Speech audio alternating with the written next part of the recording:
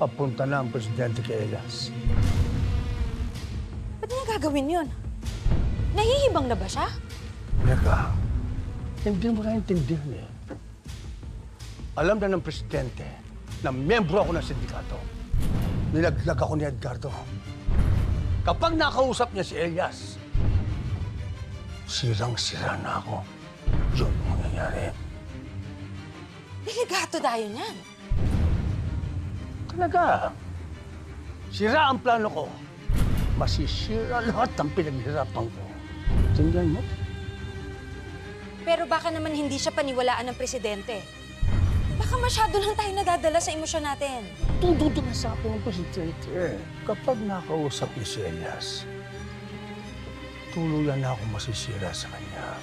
At pagiging walang silbi ang diktatura ko. Ano ba? Paano gagawin natin?